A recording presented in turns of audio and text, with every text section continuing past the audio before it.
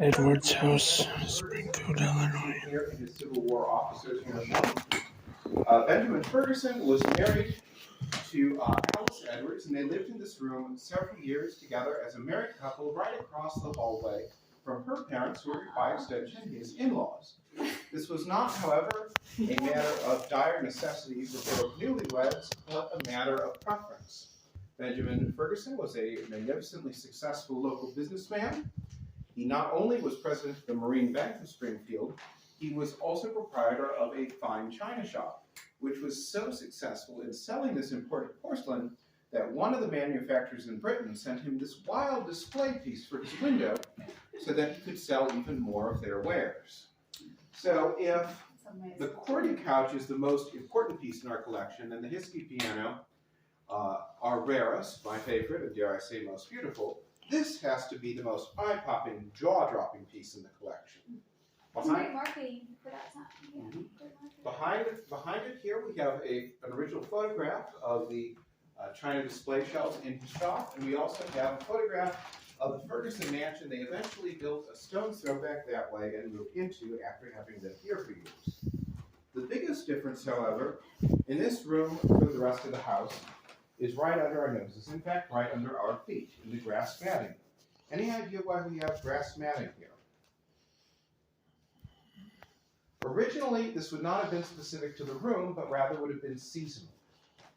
As spring sprung and the weather began warming up, they would take up the wool carpeting strip by 3-foot strip, bring it out back, beat it clean, and then store it with tobacco leaves as preservatives. Meanwhile, they would put down the grass matting.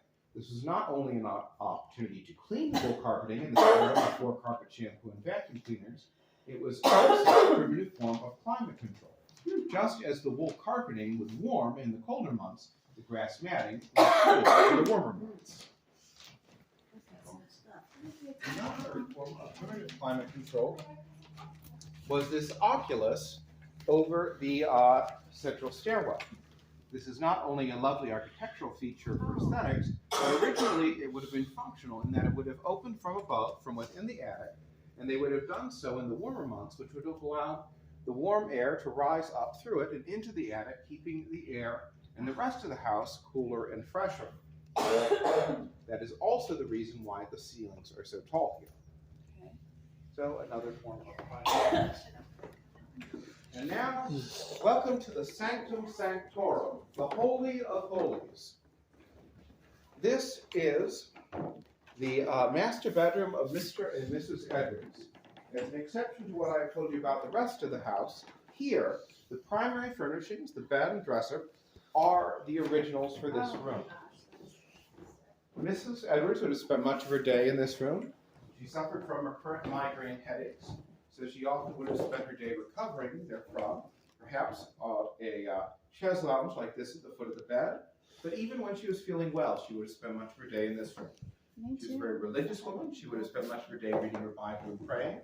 She also would have spent much of her day at her writing desk, especially catching up on her letter writing and correspondence. This was crucial to the social life of the period, and most especially for her as a high society matron, making her, in effect, the social manager for her family, which was largely responsible for their social standing, and by extension to her husband's professional and the family's financial standing. Next to the writing desk, we have yet another piece of original wallpaper we uncovered, this time during the 2018 upstairs restoration. However, unlike the pieces of original wallpaper we had found downstairs 3 years prior, this fragment of original wallpaper is truly fragmentary. It does not give us a complete repeating pattern, so we have no way of knowing exactly what the original pattern was. Thankfully, this is under the auspices of the Springfield Art Association, so not only do we have a historian as curator, we also have access to the services of myriad local artists and artisans. We were able to put together a committee, and our artists went through several draft designs incorporating this fragment into period-appropriate repeating patterns, and this is the one we settled on. In front of which, over the mantel, we have yet another portrait of Benjamin Edwards. However, unlike the gray whiskered patrician of the George Healy portrait in the family parlor downstairs, here he is a dashing young man of 20 years at Yale University, the very first Illinois man to attend Yale. It helps when your father is governor and president. Yeah, mister. We do not know the original function. It's the only room which we are not sure. So I call it a mystery. We have, however, three hypotheses.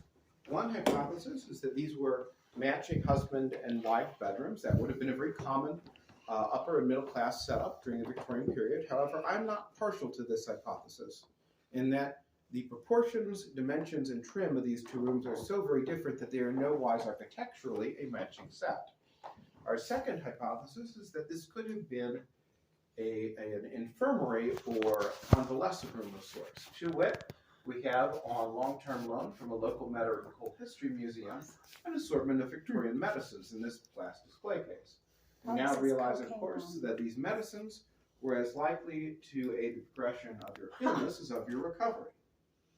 They're probably worse for your health than better for your health. Our third hypothesis, to which I am partial, is that this room was a children's bedroom.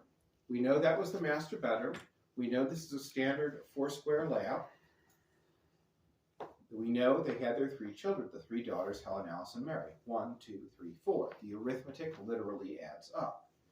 We do know from family letters of later years that after their daughters had all gotten married, moved out, had children of their own, that this is the room where grandchildren stayed when they visited. To wit, we use these mannequins to display the progression of children's dress through the span of childhood's years. So, as long as you had to wear this, very absorbent, regardless of gender, you wore that. But once you no longer needed to wear this, you would graduate to a smaller, simpler version of the standard dress of your assigned gender. So, here's a little girl's dress. But as Maurice Chevalier famously sang, little girls get bigger and bigger every day. They would become fine young ladies, so at least for this social class, and they would wear fine gowns to fine balls to try to meet a fine young man to become a fine husband. And beneath those ball gowns, this is what they would wear. The cloth elements of this are at least somewhat vaguely familiar as ancestors of modern lingerie. However, the hoop skirt for the hoop for the hoop skirt is a little more foreign to contemporary eyes. Some, upon seeing one for the first time, think it looks something like a medieval torture device. I think it looks like a tomato cage. There you go. But at the time, this was a godsend for women, because before the hoop skirt era of the 1850s, women of the 1840s and 30s tried maintaining that same bell-shaped profile, but instead of this hoop, underneath, they had layer after layer after layer, etc., literally of petticoats. Imagine 100 degrees, humid August weather, no ceiling fan, no box fan, no air conditioning, all those petticoats. I don't know how they did it. How hot, sticky, constricting, confining, and downright unsanitary. By contrast, the hoop gave women both literally and figuratively a breath of fresh air.